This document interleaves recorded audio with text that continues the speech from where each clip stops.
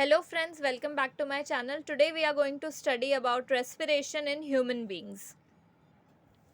So let's start. First, जब भी हम लोग ह्यूमन बींग्स में रेस्पिरेशन स्टार्ट करते हैं तो it starts from nostrils. Nostrils से एयर अंदर जाता है, that is oxygen. Atmospheric air has oxygen which gets into through nostrils. Nostrils में हमारे वी हैव टू नॉस्ट्रिल्स और अंदर it contains hairs that blocks the germs from getting into the respiratory tract. जो germs है उनको रोकता है वो हमारे respiratory tract में जाने से, तो सारे germs वहीं पे ब्लॉक हो जाते हैं. उसके बाद आता है pharynx. Pharynx is the common passage for food and air. Pharynx के अंदर आता है, pharynx is the common passage for food and air, याद रखना. उसके बाद आता है larynx, that is called the sound box.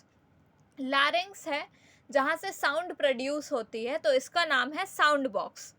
फिर it goes into trachea. Trachea is the wind pipe.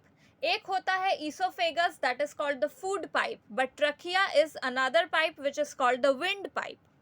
Trachea के अंदर जाएंगे तो आएगा ब्रोंकाई. फर्स्ट है ब्रोंकाई.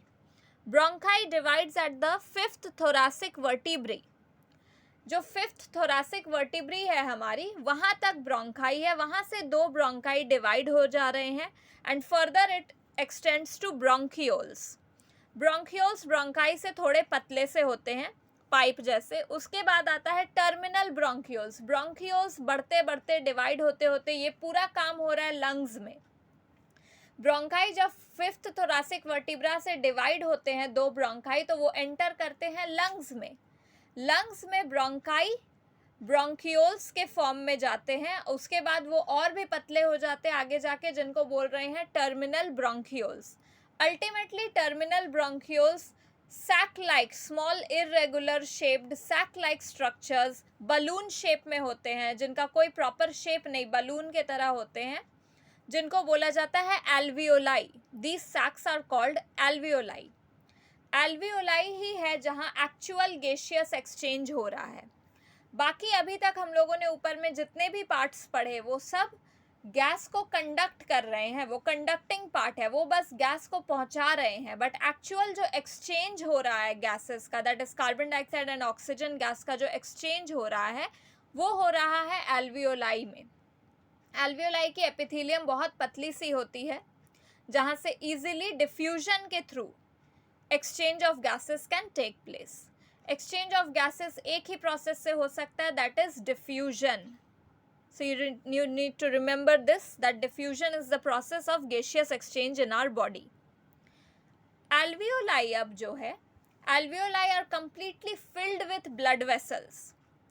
Blood vessels से भरी होती है alveoli. और यही blood vessels जब gaseous exchange होता है, तो यही ब्लड वेसल्स ऑक्सीजन को लेकर पूरे बॉडी के हर पार्ट तक पहुंचा रही हैं ऑक्सीजन, यही blood vessels. And the remaining carbon dioxide जो वेस्ट है वो इसी पाथ के थ्रू वापस नॉस्ट्रिल से बाहर निकलते हैं. तो ऑक्सीजन अंदर आ रहा है, कार्बन डाइऑक्साइड बाहर जा रहा है. This process is taking place at the site of alveoli. Alveoli is the site of actual diffusion of gases, जहाँ पे exchange of gases can take place. Clear? तो ये था respiration in human beings. If you want to learn about other topics, you can move to previous videos. And till then, we'll meet in the next video then. Bye. Do like, share and subscribe to my channel. Thank you.